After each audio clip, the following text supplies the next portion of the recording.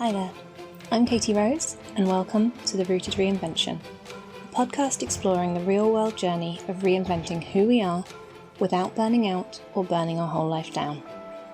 I teach people how to make lasting change by melding my Masters in Neuroscience and my Cognitive Therapy qualification with common self-help tools, spiritual concepts, and my personal experience. Because being yourself doesn't need to feel so damn hard. To get more information on podcast episodes, please visit rootedreinvention.com/podcast. Hi there, welcome back to the podcast. Today I don't have so much as a specific topic as I do a quote, a statement that has just been simmering in my mind, and I thought it might be useful to share it. The context of this is that I was on a group coaching call and we were discussing the pressure that we feel, particularly as women, but I would argue that all of us in this day and age, to be productive, to justify our time, to prove our worth, essentially that we live in a world that wants us to define ourselves within their little box. You know, when you're in kindergarten, it's what do you want to be when you grow up? When you meet someone new at a party, it's what do you do? And you're asking about their job. Like we are trained to try to define ourselves by certain measures, and that this is normal and that this is expected. And it's always about what do we do that's productive for the world? How do we spend our time, and is it worth it? Do we earn enough money for them to trust us? Do we do something that they're going to feel is worthwhile? A lot of it is around that judgment of your worth based on what labels you give yourself. And I am someone who personally is very good at showing up, playing the part, ticking the box, kind of getting the win. So I look very productive. Most people who know me would say that I've always got multiple projects on the go. I'm so organised, always on top of things, very rarely forget things or miss things, and I'm always doing something with my time, and that I don't tend to rest particularly. And that is true, I would say. And one of the things we were talking about in this coaching call is how we show up for ourselves in terms of self-care. And I will quite openly admit that I meditate every single day. I do it. I tick it off my list every single day. I try to go for walks a certain number of times a week. I exercise a certain number of times a week.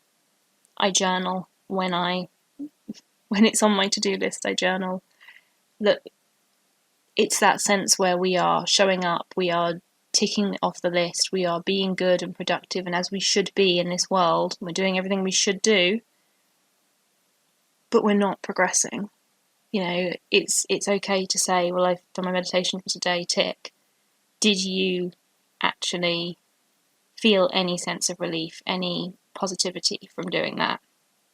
Is this a technique that is working for you, or are you doing it because you feel you should?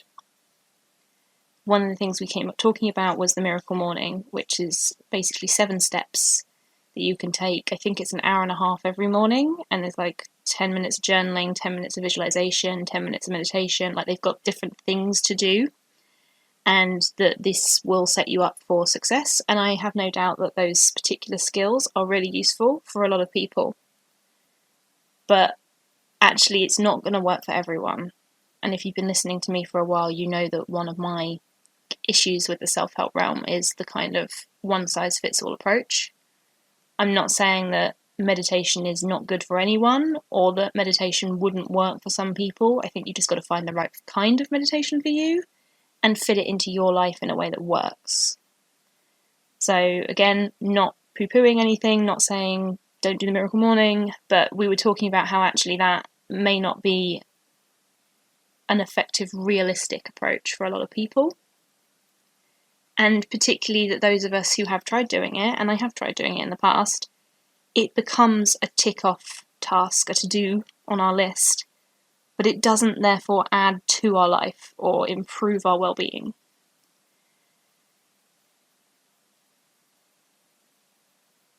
And we spoke a little bit about how the world teaches us to feel guilty if we're not doing things.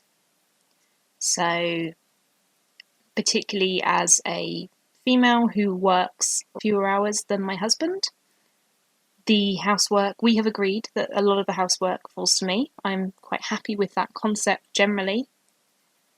But there's also this expectation on some people, but as I say, particularly in my experience, women, to basically your job is to, from wake up to bedtime, to care for the household, whether that is looking after children, whether that's making sure your husband's lunch is ready, whether that's cooking dinner in the evening, whether it's making sure the washing is done.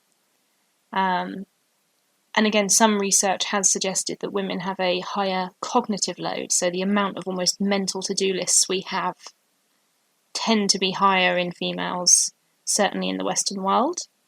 And I can certainly see that in my own life. For example, my mum will always know what size shoe my dad wears, what size collar to get on his shirt. If my dad was to buy my mum a t-shirt, I don't think he'd know what size to get. And I know that's a really weird, basic kind of example. I also tend to notice it myself with shopping lists. So I will, yes, write a shopping list, but when I go around the shop or when I'm looking through the online shop, I will just remember, we ran out of Parmesan cheese when we last had pizza, which might be 3 weeks ago now. And I'll add it to the list. And that is not something that my husband, I don't think, has ever done, without looking in the cupboard to see if the Parmesan's there. So I think we ended up talking about this, that the world has taught us to feel guilty when we take a break because everyone else is working so hard and they're doing this, but actually we are the ones who need the break because there is such an expectation that we put on ourselves to be defined by what we do, to be productive, to prove our worth, essentially. And this is where a lot of the guilt comes in, that if I sit here and play my video game for half an hour, rather than tidy up the house, my job is to keep the house tidy. I am housewife. I also have a 9-to-5 job, but I am the one who has agreed to take on the responsibility for the house because my husband works longer hours than me. And therefore, anytime I'm not doing those things, I feel guilty. And that is not something we are born with. That is something that our culture has dictated, and we don't even question it. I'm in my 30s now, and this is the first kind of real realization I'm having of this. Another way of thinking about it is that the 9-to-5 kind of, the idea of a 9-to-5 job was working in factories. Certainly in England, the way it started was that it was for factory workers, and those were the hours you needed to work to make sure that you had physically produced enough of whatever was being manufactured. And the husband would go out and do that, and the wife would stay home and look after the children and the house and cook dinner and make sure the husband was cared for. And somehow now, we as women are expected to hold our own 9-to-5 jobs and look after the house and any children or pets and the husband, and still expected then to have our own social life and kind of be productive in our own right on top of that. So this is a bit of a ramble. But essentially, I'm quite sick of the expectation I put on myself to always be productive, to complete tasks, to essentially have to prove myself to myself. This isn't even something that has come up because someone said something to me, or that's a lie. The reason I've particularly been thinking about this is because I have a couple of weeks off coming up, and I was asked, what am I going to do with the time off while I'm not at my day job? And I felt the pressure to come up with a socially acceptable answer. And I did. I managed to come up very easily with all the housework that needs to be done and going through my wardrobe and clearing that Tupperware cupboard of all the ones we don't use. And like, I had a massive list of all these things that I feel I should be doing because they're on my list, and they have been for the last 5 years since we moved into this house. And it kind of made me realise that actually the reason I've taken the time off work is because I can feel myself starting to burn out and I need to rest. And I know that, and that's why I've taken the time. That's why I have deliberately scheduled all this in, so that I can take a breather and rest. And if that means for that first week, all I do is sleep in the mornings, and then potter around, maybe go for a walk, maybe do some meditation because that's something that works for me, read some magazines, play some games. Actually, that's what it's designed for. That's why I took the time. I will feel guilty the whole way through it because the house will not get clean and tidy. And in fact, knowing me, I will still do bits and bobs here and there. Or I will try and blitz the whole house on day one so that I can then relax. Because that guilt is going to stop me from enjoying that time that I've specifically designed to have off for myself.